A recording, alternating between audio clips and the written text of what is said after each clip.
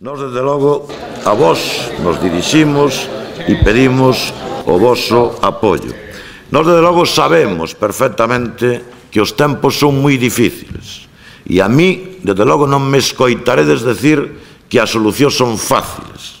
Tampouco que o Bloque Nacionalista Galego teña receitas máxicas capaces de resolver todos os problemas mañá. Pero, desde logo, sí que hai unha cousa que está clara. Hai que camiñar na dirección adecuada. Nós, o BNG, tratamos de camiñar na dirección adecuada. Cousas que están claras son que coa resignación, pensando que nada se pode cambiar, aí sí que é seguro que nada se cambia. Eso seguro. E, polo tanto, nós, dende logo, vos pedimos o apoio para camiñar na dirección que hai que camiñar. Temos dende sempre dúas armas, a mobilización e o voto. Nin a mobilización é inútil, como din, ni o voto tampouco, a pesar do que digan. Eu creo que non estamos en tempos, por certo, tamén vos lo quero decir, de elexir entre o mal menor. Non estamos en esos tempos. Estamos en tempos de optar polo cambio destas políticas negativas. Nos vimos dicindo que o Bloque Nacionalista Galego é a única alternativa real e útil na Galiza para facerlle frente á dereita, para facer frente ao Partido Popular.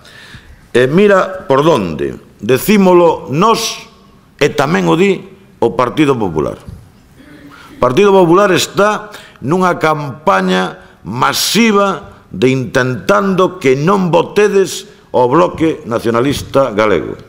Habrá que preguntarse por qué. E eu vos digo que cando menos por dúas cousas. A primeira é que sabe que votando o BNG eles non entran nos concellos galegos. Pero hai outra. O Partido Popular está preparando o panorama político para despois do 22 de maio. Non o dubidedes.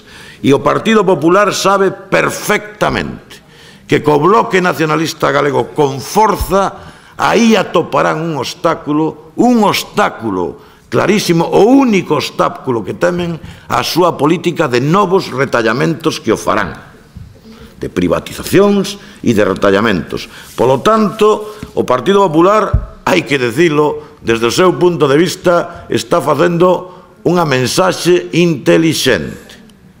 Intentar que a xente non vote a única forza política que é o BNG capaz de facerlles frente agora para non entrar nos concellos, despois dende os concellos e dende a forza que poida ter o BNG a nova política de retallamento. Polo tanto, o Bloque Nacionalista Galego, o que vos quero decir é que se por si non o tiñades claro polos argumentos que vos damos nós, pois, cando menos animádevos a telo claro, porque vos lo dá tamén o Partido Popular. Ben.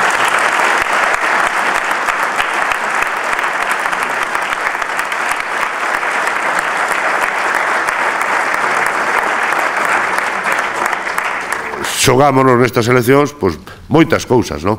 E entre outras cousas, pois, que este modelo non volva para atrás e que de repente, pois, na cidade de Pontevedra nos topemos con unha persona que rixa os seus destinos con uns criterios que non teñen nada que ver co interés da maioría dos ciudadanos, con uns criterios de beneficio privado, con uns criterios de destrozo do modelo que estamos desenvolvendo, e para eso a mí non se me ocorre outra cosa máis que mirar para atrás, non? Supoño que aquí habrá algún, conocerá cal é a experiencia, non? Do candidato ao Partido Popular donde gobernou, no meu concello de nacemento, e só falta ir desde Pontevedra hasta Sanxenxo para ver a desfeita urbanística que se fixo, para ver que este ano pasado a alcaldesa tuvo que pagar nada máis e nada menos que 1 millón de euros en pleitos judiciais dun planeamento urbanístico aberrante feito solo para interesar ou para beneficiar a uns poucos, e que ademais un concello que está probablemente neste momento o que máis déficit ten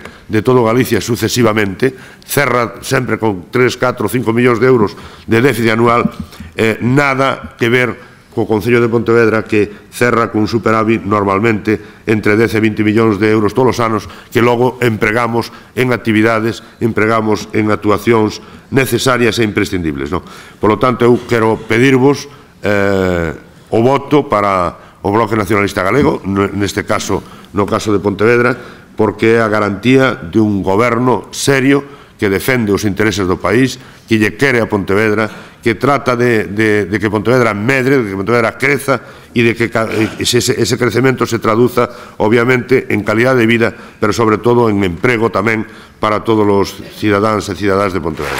Moitas gracias.